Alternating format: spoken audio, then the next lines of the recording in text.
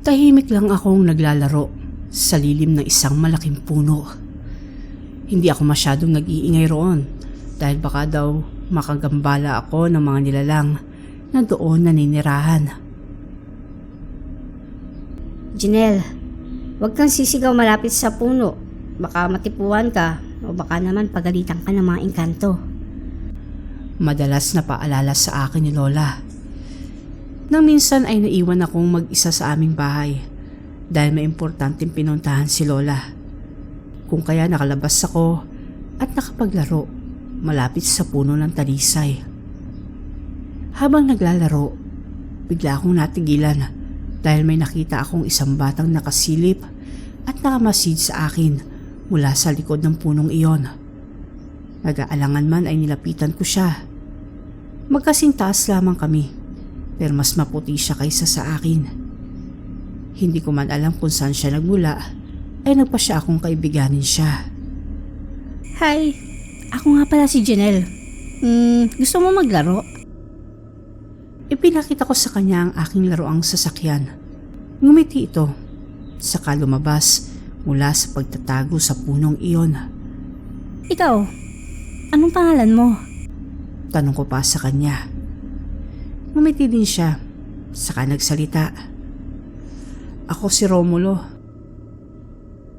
Sabay na kami sumalampak sa lupa sa bahagi kung saan ako naglalaro. Inabot ko pa sa kanya ang isa kong laruan at pareho na kaming naglaro roon. Nung mga panahong iyon, hindi ko nakitaan ng kakaiba si Romulo. Para kasi siyang kagaya ko lang, na normal na bata. Ang ipinagtataka ko lamang noon ay nang tanungin ko siya kung saan siya nakatira. Hindi kaagad siya nakatugon sa akin, kaya muli kong inulit ang aking tanong. Napatitig siya sa akin at tila nag-aalangan ng magsalita. Diyan sa puno. Itinuro niya ang puno ng talisay, kung kaya napakunot ako ng noo. Weh, talaga?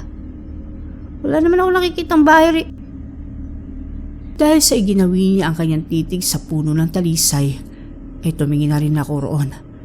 At naputol na nga ako sa aking pagsasalita dahil hindi na puno ng talisay ang tumambad sa akin, kung hindi isang napakalaki at napakataas na bahay. Parang isang palasyo iyon dahil sa nagkikinangang mga ginto at diamante sa mga pader nito. Wow! Yan ang bahay mo? Ang laki naman! Bulalas ko. Ngumiti ang batang aking kalaro, saka tumango sa akin. Hindi ko alam kung ano talaga ang aking nararamdaman ng mga sandaling iyon dahil naghalo ang takot at pagkamangha sa aking nakikita. Natigilan na lamang ako sa pagtitig sa bahay nang naigawi ko ang tingin ko kay Romulo dahil bigla itong nagsalita para magtanong. Janelle, gusto mong sumama sa loob ng bahay namin? Hindi ako tumango. Bagkos ay tumayo ako noong tumayo rin si Romulo. Halika na, wika niya habang nakatitig sa akin. Humakbang siyang papalapit sa pintuan ng napakagarang bahay. Ako naman ay parang namemesmerismo sa kung ano man ang aking nakikita. Walang ano-ano ay bigla akong natigilan. Naulinigan ko kasi ang boses ng aking lola Pasita na sumisigaw at tinatawag ang aking pangalan. Janelle! Nasaan ka na? Umuwi ka nga rito? Sigaw nito. Lumingon ako sa direksyon ng aming bahay at nakita ko roon ang aking lola na tila kararating lamang. Binalikan ko ng tingin si Romulo para sana magpaalam na uuwi na. Pero laking gulat at pagtataka dahil wala na siya roon sa kanyang pwesto. Maging ang malaking bahay na nasa tapat lamang namin ay bigla rin nawala. Ang tanging naroon ay ang matandang puno ng talisay.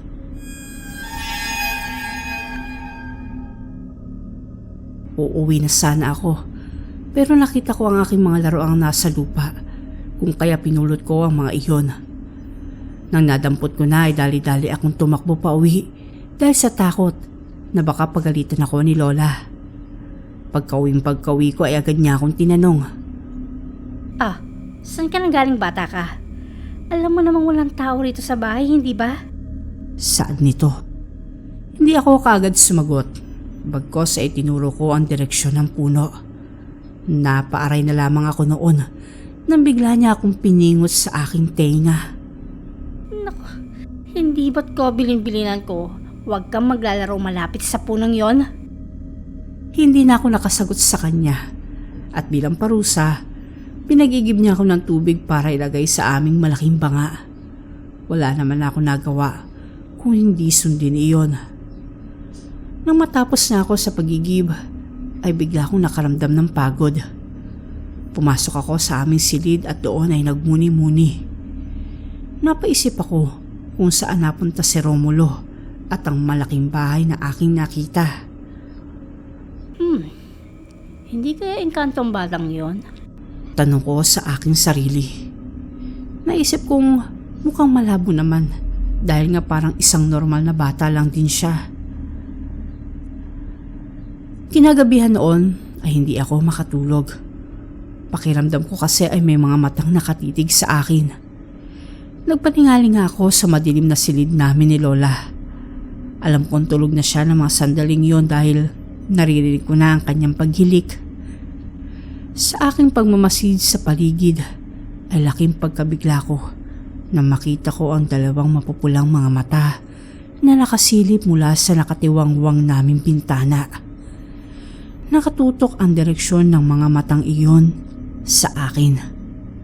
Kumabog na malakas ang aking dibdib at nagsitayuan ang aking mga balahibo nung makita kong kumurap ang mga matang iyon. Sino yan? Tanong ko. Walang sumagot, pero dinig na dinig ko ang paghinga ng kung sino mang naroon. Dahil sa takot na aking naramdaman, ay kinalabit ko si Lola ng ilang beses. Hindi siya nagigising. Akmang sisigaw na sana ako para magising si Lola, pero bigla akong natigilan. Jinel, si Romulo ito. Halika, maglaro tayo. Doon malapit sa bahay namin. Boses iyon ni Romulo na nasa labas ng aming bahay. Ilang sandali pa ay naramdaman ko na lamang ang aking sarili na napabangon. Hindi ko alam, pero parang mayroong kumukontrol sa akin ng mga oras na iyon. Marahan akong humakbang patungo sa aming pintuan at maingat iyong binuksan. Nang mabuksan ko na iyon, ay bumaba ako sa aming bahay. Napakagaan ang aking pakiramdam ng mga sandaling iyon dahil parang may kung anong puwersa ang nagpapagalaw sa akin. Nang nasa ibaba na ako ay nagpalingalinga ako. Hinanap ko kung nasaan si Romulo, subalit hindi ko siya nakita kaagad dahil sa madilim sa bahaging iyon ng aming bahay. Naglakad na lamang ako patungo sa direksyon kung saan naroon ang puno ng talisay. Bigla na lamang akong napanganga noong nakita kong unti-unting lumiliwanag ang aking dinadaanan dahil sa mga nagliliparang mga alitap-tap.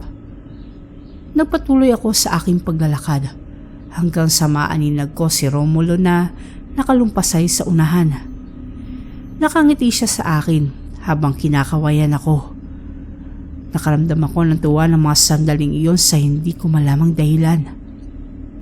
Dahil doon ay binilisan ko na ang aking paglalakad. Noong nasa tapat na ako ni Romulo ay nagulat ako dahil nasa harapan pala siya ng napakalaking bahay na nagliliwanag sa dilim.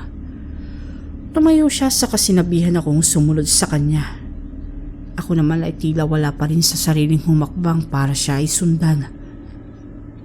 Noong malapit na akong makapasok sa kanilang bahay ay bigla akong natigilan nang makaamoy ako ng napakasangsang na amoy. Parang pinaghalong bulaklak iyon at napakabahong dagta ng puno. Makakapasok na sana ako sa bahay nila pero bigla akong napalingon nang marinig ko ang boses ni Lola. Janelle! Ay, Anong ginagawa mo? Umuwi ka na sa bahay. Pagkawika ni Lola ng mga katagang iyon ay may kung anong isinaboy siya sa tapat ng malaking bahay. Huwag ninyong pakialaman ang aking apo dahil magkakamatayan muna tayo. Noon lamang ako natauhan. Hindi ko alam kung paano akong nakarating doon. Inakay ako ng aking lola pauwi sa aming bahay. Sinabi niya nakita niya akong umalis, kung kaya sinundan niya ako. Laking gulat na lamang daw niya nang tinungo ko ang puno ng talisay. Nagising daw kasi siya ilang minuto matapos ang aking pagyugyug sa kanya. Mabuti na lamang daw at may mga barya siya sa kanyang bulsa, kung kaya iyon ang kanyang itinapon bilang bayad para hindi na ako gambalain pa ng engkanto. Magmula noon ay hindi na ako pumupunta malapit sa puno ng talisay. Hindi ko na rin nakita pang muli si Romulo na nakumpirma kong isa talagang engkanto.